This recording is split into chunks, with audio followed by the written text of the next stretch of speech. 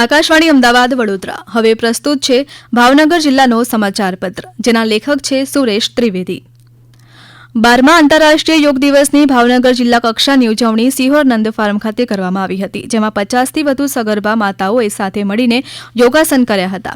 તેમજ આ પ્રોગ્રામને લીડ કરવા માટે આંતરરાષ્ટ્રીય યોગ ખેલાડી 60 કરતાં વધુ સુવર્ણચંદ્રક મેળવેલ હેતશ્રી કાર્તિક સોમાણી ઉપસ્થિત હતા। તેમનું કહેવું હતું કે દર વર્ષે સામાન્ય લોકો તો આ દિવસને ઉજવતા જ હોય છે, પરંતુ ભાવનગર નહીં પણ ગુજરાત આખામાં પહેલી વખત એવું બનશે કે એટલી મોટી સંખ્યામાં સગર્ભા મહિલા હાજર રહીને તેજસ્વી તેમજ દિવ્ય બાળકની પ્રાપ્તિ માટે ભારતની સંસ્કૃતિ યોગ અને ધ્યાનને અપનાવીને યોગાસન કર્યા હતા। ભાવનગર જિલ્લાના ઐતિહાસિક અને આઇકોનિક સ્થળ હાથવ બંગલા ખાતે મંગલ ભારતી લોકશાળાના વિદ્યાર્થીઓ દ્વારા ઉત્સાહભેર યોગાભ્યાસ કરવામાં આવ્યો હતો। સ્વસ્થ જીવન માટે યોગ થીમ હેઠળ વિદ્યાર્થીઓએ વિવિધ યોગાસનો અને પ્રાણાયામનો અભ્યાસ કર્યો હતો। યોગ દ્વારા શારીરિક, માનસિક અને આધ્યાત્મિક સ્વાસ્થ્યનું મહત્વ સમજાવવામાં આવ્યું હતું। કાર્યક્રમ દરમિયાન વિદ્યાર્થીઓમાં નિયમિત યોગાભ્યાસ પ્રત્યે જાગૃતિ અને પ્રેરણા જોવા મળી હતી। ભાવનગર શહેરમાં ચોમાસાની સત્તાવાર શરૂઆત નજીક હોવા છતાં ગરમીનો પ્રકોપ યથાવત રહ્યો છે। જૂન મહિનાના પ્રથમ દિવસોમાં બપોરનું મહત્તમ સરેરાશ તાપમાન 40.9 ડિગ્રી સેન્ટીગ્રેડ નોંધાતા ગત વર્ષની સરખામણીએ 2.9 ડિગ્રીનો વધારો નોંધાયો છે। હવામાનના આંકડાઓ દર્શાવે છે કે છેલ્લા પખવાડિયામાં શહેરનું મહત્તમ તાપમાન સતત 41 ડિગ્રી સેન્ટીગ્રેડથી ઉપર રહ્યું છે। સામાન્ય રીતે જૂનના બીજા સપ્તાહમાં વાદળછાયું વાતાવરણ અને ચોમાસા પૂર્વેની હલચલને કારણે ગરમીમાં આંશિક રાહત જોવા મળતી હોય છે, પરંતુ આ વર્ષે સ્થિતિ તેનાથી વિપરીત રહી છે।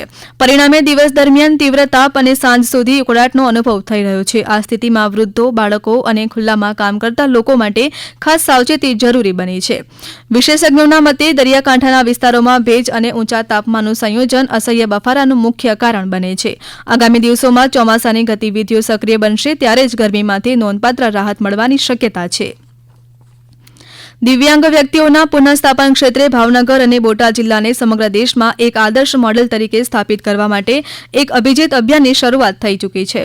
શ્રી કૃષ્ણકુમારસિંહજી ઉદ્યોગ શાળા અને રાષ્ટ્રીય અંધજન મંડળ ભાવનગર જિલ્લા શાખાના સંયુક્ત ઉપક્રમે આગામી શૈક્ષણિક વર્ષ 2026-27 દરમિયાન બંને જિલ્લાની 1600થી વધુ શાળાઓ અને કોલેજમાં સંવેદના પર્વની ઉજવણી કરવામાં આવશે। વર્ષ 2019થી શરૂ થયેલા સંવેદના સોસાયટીમાં અભિયાનને વધુ વેગવંતુ બનાવવા માટે ખાસ આયોજન કરાયું છે। દિવ્યાંગોના ગાંધીજી તરીકે ઓળખાતા અને 1992થી સેવા આપતા સંસ્થાના જનરલ સેક્રેટરી શ્રી લાભુભાઈ સોનાણી 60મા વર્ષમાં પ્રવેશ કરી રહ્યા છે। તેમની પષ્ટિપૂર્તિના આ પાવન અવસરે સામાન્ય વિદ્યાર્થીઓમાં દિવ્યાંગતા પ્રત્યે સંવેદના અને જાગૃતિ કેળવાય તેવા ઉમદા હેતુથી 4 પ્રમુખ સ્પર્ધાઓનું આયોજન કરવામાં આવ્યું છે। જે શાળાઓ કે કોલેજો હજુ સુધી સંવેદના સોસાયટીમાં જોડાઈ નથી તેઓ સંસ્થાની સત્તાવાર વેબસાઇટ ltsonani.com પર જઈને ઓનલાઈન રજીસ્ટ્રેશન કરાવી શકે છે।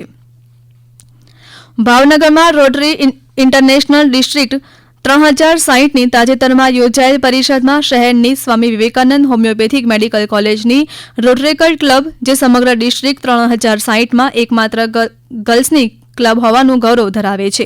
આ ક્લબને સમગ્ર વર્ષ દરમિયાન તેમના દ્વારા કરવામાં આવેલ સમાજ ઉપયોગી કાર્યો અને પ્રવૃત્તિઓ માટે સમગ્ર રાજ્ય અને મહારાષ્ટ્રની કુલ મળીને 250થી વધારે ક્લબમાંથી બેસ્ટ ક્લબનો એવોર્ડ પ્રાપ્ત થયો છે।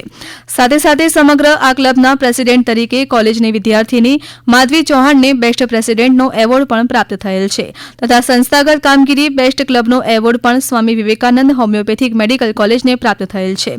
જ્યારે શ્રેષ્ઠ પ્રોજેક્ટ ક્લબ સર્વિસ કેટેગરીમાં વન્ડર વુમેનિયાનો એવોર્ડ પણ પ્રાપ્ત થયેલ છે।